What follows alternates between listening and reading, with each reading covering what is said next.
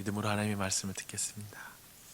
지난 주일에 우리는 달란트 비유를 함께 살펴보죠. 본문 바로 뒤에 있는 또한 말씀입니다. 그날 설교서론에서 달란트 비유의 문맥을 잠깐 살펴보았습니다. 마태복음 24장과 25장은 예수님께서 감난산에서 하시는 설교의 한 부분인데요. 이 설교는 세상의 마지막 날에 대하여 질문하는 그 질문에 예수님이 대답하시는 그 대화가 이 내용입니다. 예수님은 어느 때에 이런 일이 일어나겠습니까? 라는 제자의 물음에 직접적인 대답을 하지 않으십니다. 사실 제자들은 재림과 관련해 일어날 사건들의 시점이 궁금했죠. 어느 때에 이런 일이 일어납니까? 라고 이렇게 물어봤어요. 하지만 예수님은 의도적으로 그 질문에 직접적으로 대답하지 않으십니다. 때와 시간을 알려주지 않죠. 예수님은 사변적인 접근이나 감상에 젖을 수 있는 여지를 남기지 않는 방식으로 지금 말씀을 전하고 계십니다. 대신 예수님은 세 가지 비유를 말씀하신데요. 이 세 가지 비유는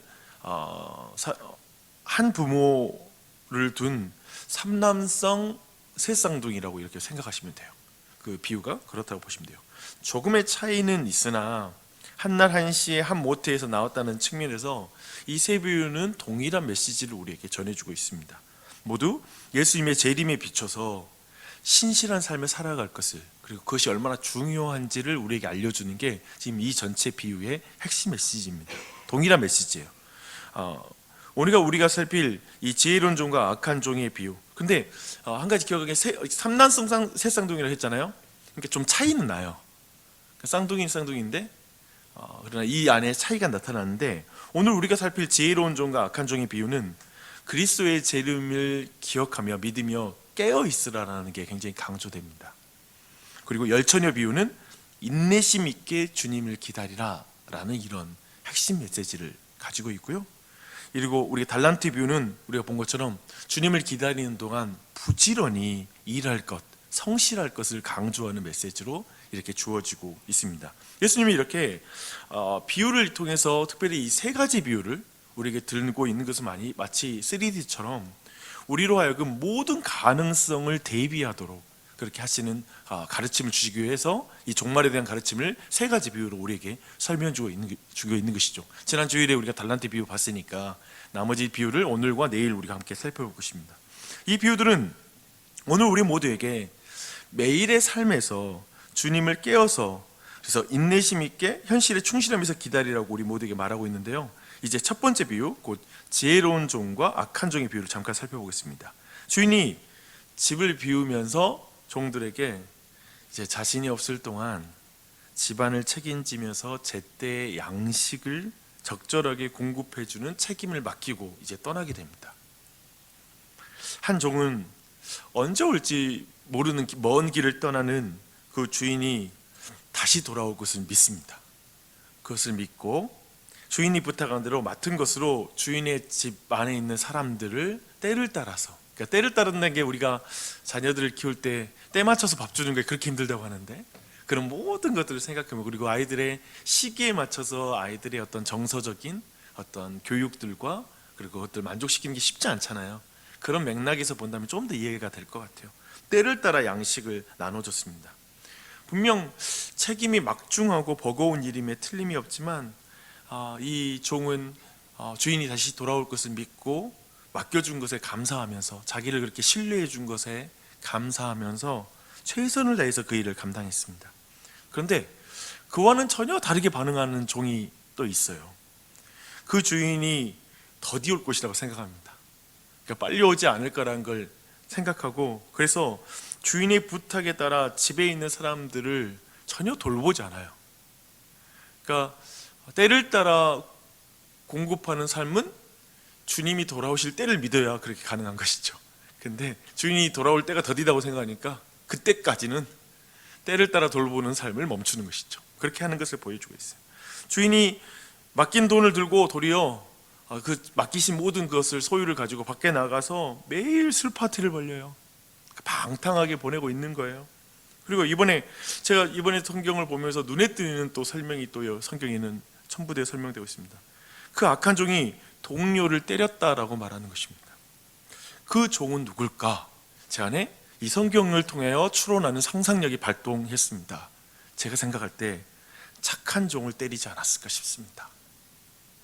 그러니까 성경을 근거로 상상할 수 있어요. 악한 종은 선하고 충성된 종에게 어쩌면 처음엔 이렇게 말했을 것 같아요.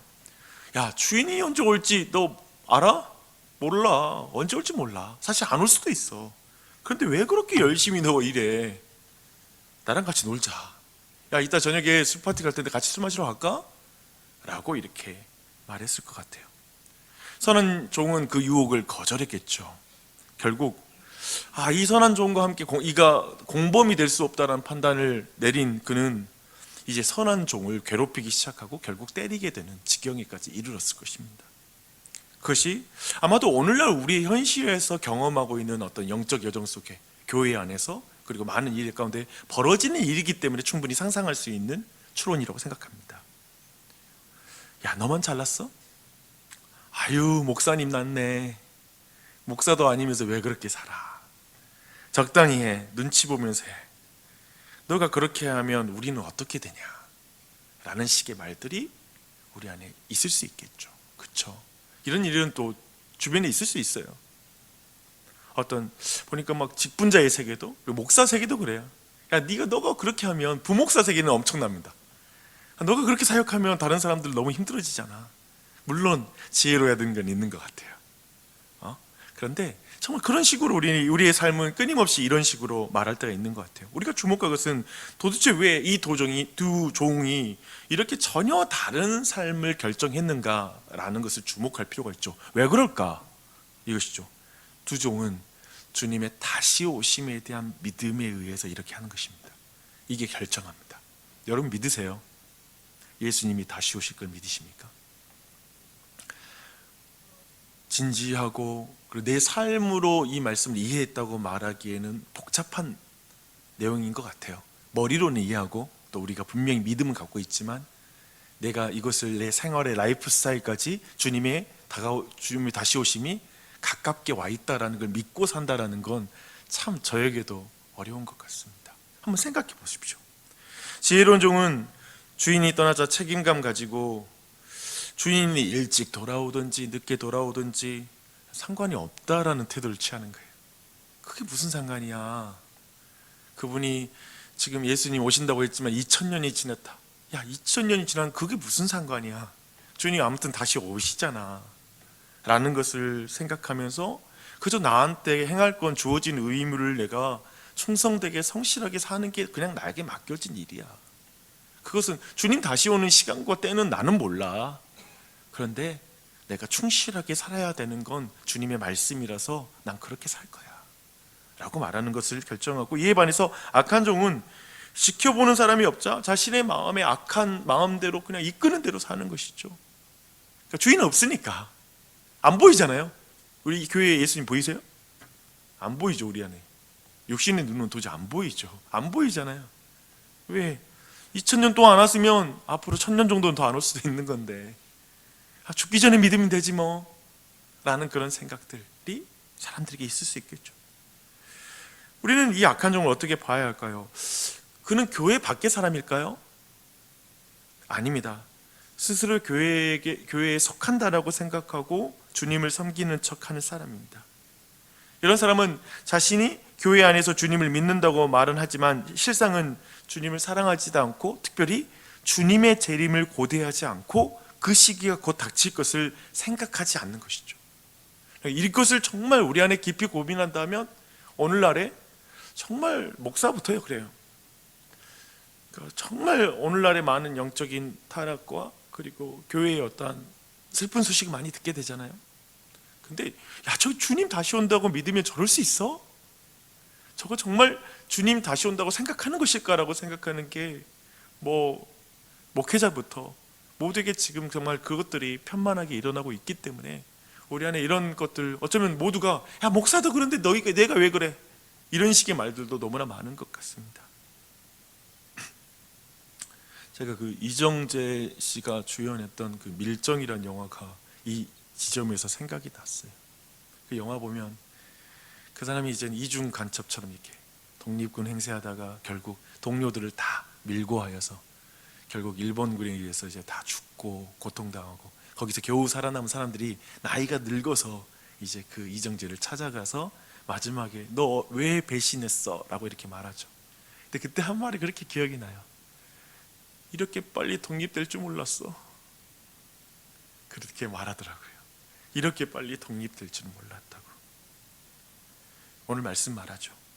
생각하지 않은 날, 알지 못하는 시각에 그 종의 주인이 이르러 어미 때리고 외식하는 자는 자가 받는 벌에 처하리니 거기서 슬피 울며 이를 갈리라. 생각하지 않는 날, 알지 못하는 시각에. 맞아요. 주님의 재림은 정말 생각하지 못하는 날, 알지 못하는 시각에 남아져 있는 것 같아요.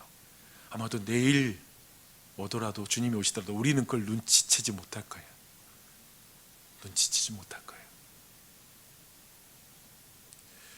그래서 특별히 야고보 사도의 이 말씀으로 오늘 말씀을 정리하고자 합니다. 이 말씀을 들어보십시오. 형제들아, 주께서 강림하시기까지 길이 참으라. 보라, 농부가 땅에서 나는 귀한 열매를 바라고 길이 참아 이른 비와 늦은 비를 기다리나니 너희도 길이 참고 마음을 굳건하게 하라. 주의 강림이 가까우니라.